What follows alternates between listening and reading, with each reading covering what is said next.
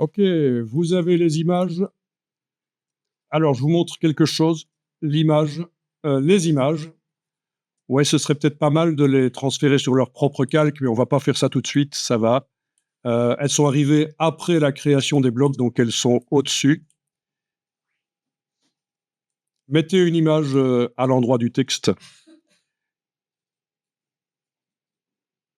Celle-là, par exemple.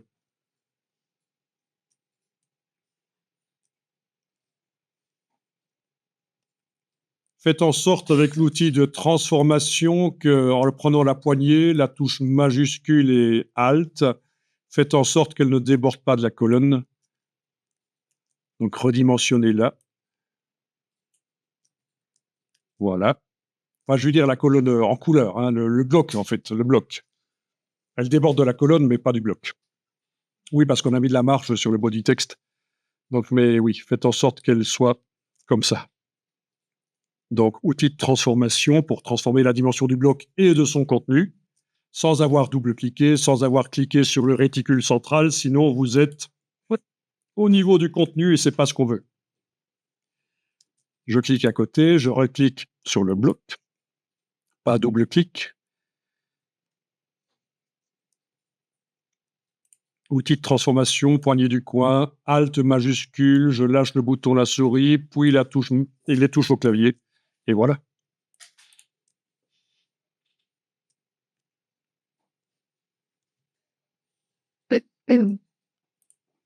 Votre image est sélectionnée.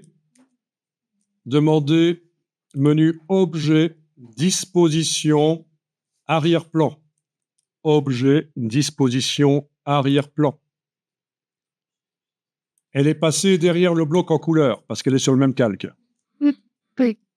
Objet, disposition, arrière-plan. Avec la flèche noire, vous cliquez à côté. Votre image est là, derrière, mais on ne la voit pas. Comment faire pour la réactiver et demander qu'elle aille au premier plan, objet, disposition, premier plan? Deux solutions.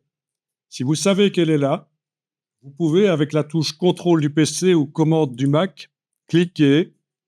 Et à un certain moment, si vous cliquez là où l'image se trouve, elle va se réactiver. Et il suffira de demander objet disposition premier plan. Mais je clique à côté, vous ne savez pas nécessairement qu'elle est là. Donc l'autre solution, c'est d'utiliser la palette des calques, fenêtre calque, de déployer le contenu, de sélectionner avec le petit carré. Oui, parce que c'est comme ça qu'on sélectionne dans la palette des calques, c'est pas en faisant comme ceci, hein. Ça ne sélectionne pas les objets, ça. C'est par le petit carré qu'on sélectionne. Voilà. Donc on sélectionne, il y a plein de blocs sur ce calque, oui. Mais à un certain moment, votre bloc se sélectionne. Voilà, vous voyez que c'est bien celui-là. Et vous pouvez demander objet disposition premier plan ou alors prendre par là et le monter au-dessus des autres. Voilà.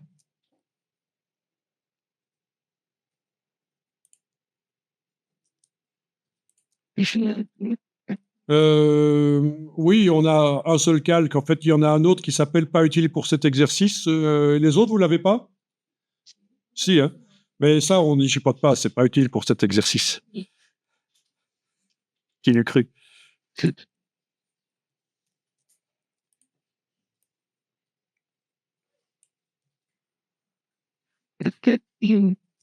Ok, on a une autre image.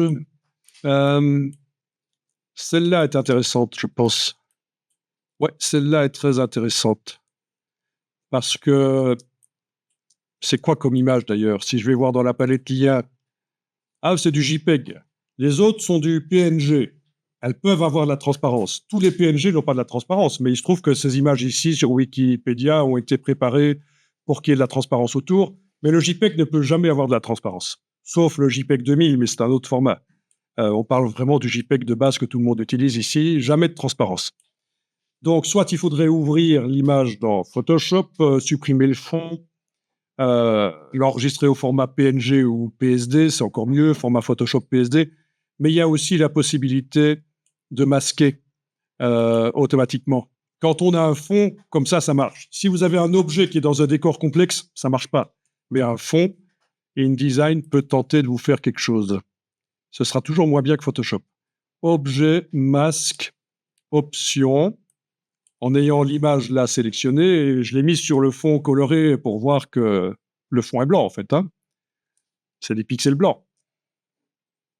Objet, masque, option. Et là, vous avez détection des contours. Voilà.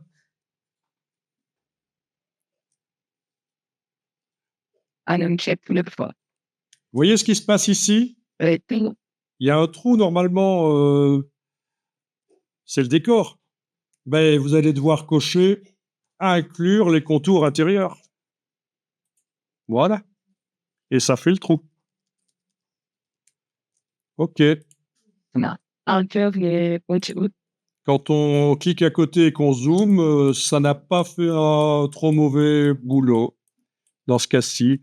Oh, il reste quand même un peu. Oui, regardez quand même, c'est pas toujours nickel. Hein. Mais enfin, voilà. C'est pour ça, voilà. InDesign, c'est pas un logiciel de traitement d'image en fait. Hein. Objet, masque, option. Vous avez quand même ici un seuil et une tolérance qui peuvent aider. Voilà. Wow.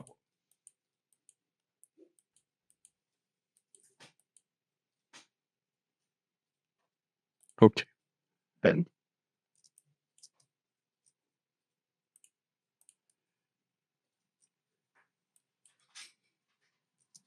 Là, je pense que personne ne va regarder le document et se dire « Ah, c'est mal détouré, c'est quoi ça? C'est mal foutu ». C'est à peine visible que ça a été fait dans InDesign plutôt que dans Photoshop.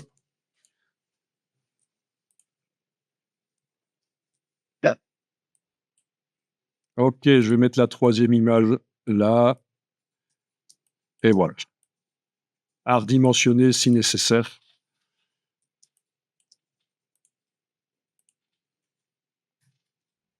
Alors accrochez-vous parce que c'est du InDesign pas basique. Hein. Là déjà, avec ce qu'on a vu, on est plus loin que ce que beaucoup d'écoles secondaires d'infographie voient dans InDesign.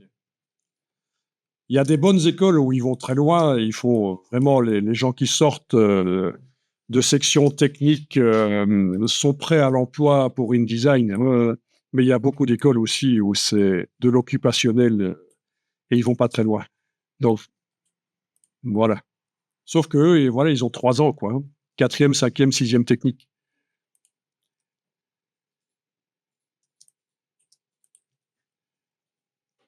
Alors, je vous montre ça. Regardez. Vous allez tester après. Je sélectionne avec la flèche noire le bloc. Hein, donc, je double-clique pas dessus. Je clique pas sur le réticule. C'est le bloc et son contenu. Et par menu fenêtre, habillage de texte, je vais aller dire que le bloc habille. Voilà. Le problème avec cette deuxième icône, c'est que s'il me prend l'envie de faire l'image plus petite, le texte risque bien de passer sur le côté. Oui, à un certain moment, le texte passe sur le côté. C'est pour ça qu'il y a l'icône ici, prévue pour que ce qui habille n'ait absolument pas de texte de chaque côté. Voilà. Allez-y, testez ça.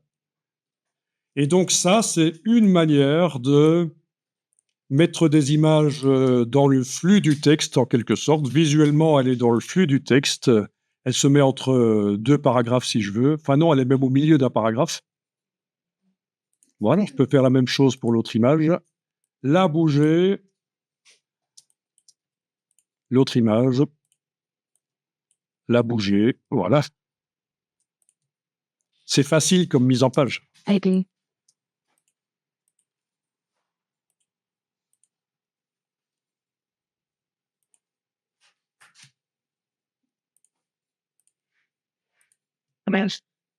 Ok, je vous montre quelque chose ici.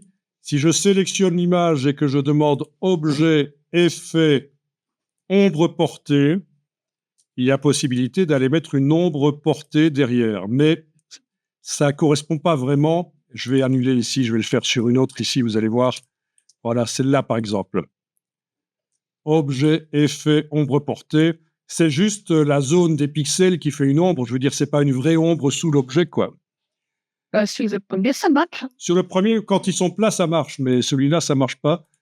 En général, on dit que 40%, c'est la transparence de l'ombre qui marche le mieux. Voilà. Et vous avez l'angle. Alors, c'est lourd. Visuellement, c'est pas toujours très heureux. Donc, testez pour voir, mais après, on va l'enlever. Si vous voulez faire une vraie ombre sous l'objet, c'est dans Photoshop que ça va se passer, évidemment. L'IA peut créer des ombres, des fausses ombres, sinon manuellement dans Photoshop. Donc là, en resélectionnant l'image, objet, effet, ombre portée, je décoche ombre portée ici. Donc c'est lourd. Visuellement, ça n'apporte pas grand-chose.